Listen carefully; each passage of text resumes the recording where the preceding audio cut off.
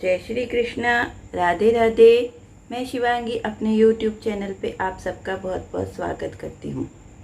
आज मैं आपको श्रीमद् भागवत गीता का प्रथम अध्याय पढ़कर सुनाने जा रही हूँ। इसको सुनने मात्र से मानव को मोक्ष की प्राप्ति होती है। श्री कृष्ण भगवान ने जब अर्जुन के रथ को दोनों सेनाओं के बीच में खड़ा कर दिया, तब अर्जुन अपने रिश्तेदारों को देखकर बड़े ही व्याकुल हो गए।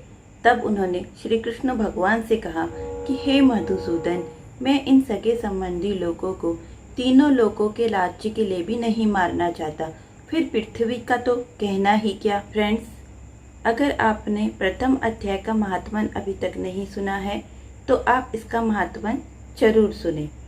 मैंने प्रथम अध्याय के महात्मन की वीडियो डाली हुई है, उसका लिंक मैं डिस्क्रिप्शन बॉक्स में दे दूंगी, आप वहां से उसे देख सकते हैं। तो चलो शुरू करते हैं। चलो सबसे पहले गणेश जी का स्मरण कर लेते हैं। ओम गंगणपते नमः। ओम गंगणपते नमः। ओम गंगणपते नमः। ओम गंगणपते नमः। ओम गंगणपते नमः। श्री परमात्मने नमः। पहला अध्याय।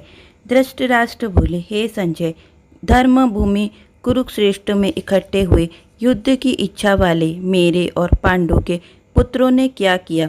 इस पर संजय बोले, उस समय राजा दुर्योधन ने व्यूह रचना युक्त पांडवों की सेना को देखकर और द्रोणाचार्य के पास जाकर यह वचन कहा, हे आचार्य, आपके बुद्धिमान शिष्य द्रुपद पुत्र धृष्टद्युम्न द्वारा व्यूहाकार खड़ी की हुई पांडु पुत्रों की इस बड़ी भारी सेना को देखिए। सेना में बड़े बड़े धनुषों वाले युद्ध में भीम और अर्जुन के समान बहुत से शूरवीर हैं, जैसे सात्यकी और विराट तथा महारथी राजा द्रुपद और धृष्टकेतु, चेकिता तथा बलवान काशीराज, पुरुजित, कुंतीभोज और मनुष्यों में श्रेष्ठ शैश्व और पराक्रमी योद्धा अभिमन्यु तथा बलवान उत्तमौजा, सुभद्रा पुत्र अभिमन्यु और द्रौपदी के पांचों पुत्र, ये सभी महारथी हैं। हे ब्राह्मण श्रेष्ठ, हमारे पक्ष में भी जो जो प्रधान है उनको आप समझ लीजिए। आपके जानने के लिए मेरी सेना के जो जो सेनापति है उनको कहता हूँ। एक तो स्वयं आप और पितामह भीष्म तथा कर्ण और संग्राम विजय कृपाचार्य तथा वैसे ही अश्वत्थामा, विकर्ण और सोमदत्त का पुत्र भूरिश्रवा तथा और भी बहुत से शूरवीर अनेक प्रकार के शस्त्र अस्त्रों से युक्त मेरे लिए जीवन की आशा को त्यागने वाले सब के सब युद्ध में चतुर हैं। भीष्म पितामह द्वारा रक्षित हमारी वह सेना सब प्रकार से अजय है और भीम द्वारा रक्षित इन लोगों की यह सेना जीतने में सुगम है। इसलिए सब मोर्चों पर अपनी अपनी जगह स्थित रहते हुए आप लोग सबके सब ही निसंदेह भीष्म पितामह की ही सब ओर से रक्षा करे। इस प्रकार द्रोणाचार्य के कहते हुए दुर्योधन के वचनों को सुनकर कौरवों में वृद्ध बड़े प्रतापी पितामह भीष्म ने उस दुर्योधन के हृदय में हर्ष उत्पन्न करते हुए उच्च स्वर में सिंह की नाद के समान गर्ज कर शंख बजाया। उसके उपरांत शंख और नगाड़ा तथा ढोल मृदंग और नरसिंह आदि बाजे एक साथ ही बजे। उनका वह शब्द बड़ा भयंकर हुआ। उसके अनंतर सफ़ेद घोड़ों से युक्त उत्तम रथ में बैठे हुए श्री कृष्ण महाराज और अर्जुन ने भी अलौकिक शंख बजाए। उनमें श्री कृष्ण महाराज ने पंचजन्य नामक शंख और अर्जुन ने देवदत्त नामक शंख बजाए। भयानक कर्म वाले भीमसेन ने पौंड्र नामक महाशंख बजाया। कुंती पुत्र राजा युधिष्ठिर ने अंतविजय नामक शंख और नकुल तथा सहदेव ने सुघोष और मणि पुष्पक नाम वाले शंख बजाए। श्रेष्ठ धनुष वाले काशीराज और महारथी शिखंडी और धृष्टद्युम्न तथा राजा विराट और अजय सात्यकी तथा राजा द्रुपद और द्रौपदी के पांचों पुत्र और बड़ी भुजा वाले सुभद्रा पुत्र अभिमन्यु, इन सब ने राजन अलग अलग शंख बजाए। और उस भयानक शब्द ने आकाश और पृथ्वी को भी शब्दायमान करते हुए धृतराष्ट्र पुत्रों के हृदय विदीर्ण कर दिए। हे राजन, इसके उपरांत कपिध्वज अर्जुन ने खड़े हुए धृतराष्ट्र पुत्रों को देखकर और उन शस्त्र चलाने की तैयारी के समय धनुष उठाकर हृदय के श्री कृष्ण महाराज से यह वचन कहे, हे अच्युत, मेरे रथ को दोनों सेनाओं के बीच में खड़ा कीजिए, जब तक मैं इन स्थित हुए युद्ध की कामनाओं वालों को अच्छी प्रकार से देख लूं कि इस कि इस युद्ध रूप व्यापार में मुझे किन किन के साथ युद्ध करना योग्य है। दुर्बुद्धि दुर्योधन का युद्ध में कल्याण चाहने वाले जो ये राजा लोग इस सेना में आए हैं, उन युद्ध करने वालों को मैं देखूंगा।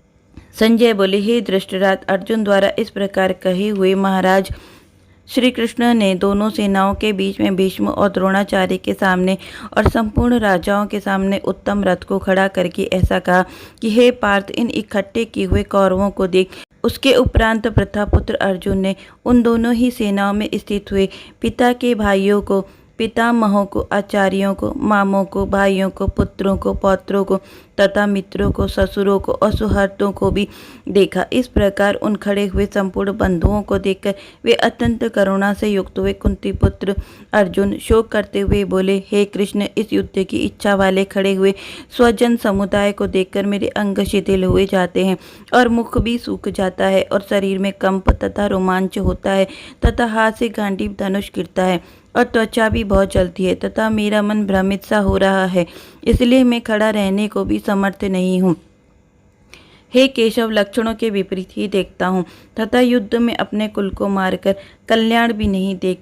हे कृष्ण, मैं विजय नहीं चाहता और राज्य तथा सुखों को भी नहीं चाहता। हे गोविंद, हमें राज्य से क्या प्रयोजन है तथा भोगों से और जीवन से भी क्या प्रयोजन है, क्योंकि हमें जिनके लिए राज्य, भोग और सुखादि इच्छित वे ही यह सब धन और जीवन की आशा को त्याग कर युद्ध में खड़े हैं, जो कि गुरुजन, ताऊ, चाचे, लड़के और वैसे ही दादा, मामा, ससुर, पोते, साले और भी संबंधी लोग हैं। इसके लिए हे मधुसूदन, मुझे मारने पर भी अथवा 3 लोग के राज्य के लिए भी मैं इन सबको नहीं मारना चाहता, फिर पृथ्वी के लिए तो क्या कहना। हे जनार्दन, धृष्टराज के पुत्रों को मारकर भी हमें क्या प्रसन्नता होगी, इन आताताइयों को मारकर तो हमें पाप ही लगेगा। इससे हे माधव, अपने बांधव धृतराष्ट्र के पुत्रों को मारने के लिए हम योग्य नहीं हैं, क्योंकि अपने कुटुंब को मारकर हम कैसे सुखी हो। यद्यपि लोभ से भ्रष्ट चित्त हुए ये लोग कुल के नाशकृत दोष को और मित्रों के साथ विरोध करने में पाप को नहीं देखते हैं, परंतु हे जनार्दन, कुल के नाश करने से होते हुए दोष को जानने वाले हम लोगों को इस पाप से हटने के लिए क्यों नहीं विचार करना चाहिए, क्योंकि कुल के नाश होने से सनातन कुल धर्म नष्ट हो जाते हैं। धर्म के नाश होने से संपूर्ण कुल को पाप भी बहुत दबा लेता है तथा हे कृष्ण, पाप के अधिक बढ़ जाने से कुल की स्त्रियां दूषित हो जाती हैं और हे वाषणे, स्त्रियों के दूषित होने पर वर्ण संकर उत्पन्न होता है और वह वर्ण संकर कुल घातियों को और कुल को नरक में ले जाने के लिए ही होता है। लोप हुई पिंड और जल की क्रिया वाले इनके पितर लोग भी गिर जाते हैं और वर्ण संकर कारक दोष से कुल घातियों के सनातन कुल धर्म और जाति धर्म नष्ट हो जाते हैं। हे जनार्दन, नष्ट हुए कुल धर्म वाले मनुष्य को अनंत काल तक नरक में वास होता है, ऐसा हमने सुना है। अहो, शोक है कि हम लोग बुद्धिमान होकर भी महान पाप करने के लिए तैयार हुए हैं, जो कि राज्य और सुख के लोभ से अपने कुल को मारने के लिए उद्यत हुए हैं।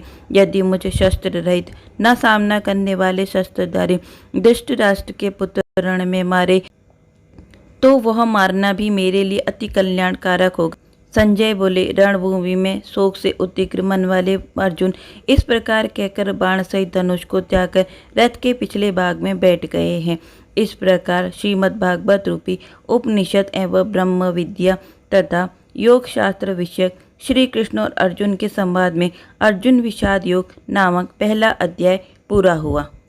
तो इस प्रकार यहाँ पे श्रीमद् भागवत गीता का अर्जुन विषाद योग पहला अध्याय पूरा हुआ। आपको यह अध्याय कैसा लगा मुझे कमेंट बॉक्स में ज़रूर बताना, और मेरा वीडियो अच्छा लगा हो तो इसे लाइक, सब्सक्राइब और शेयर ज़रूर करना। जय श्री कृष्ण, राधे राधे।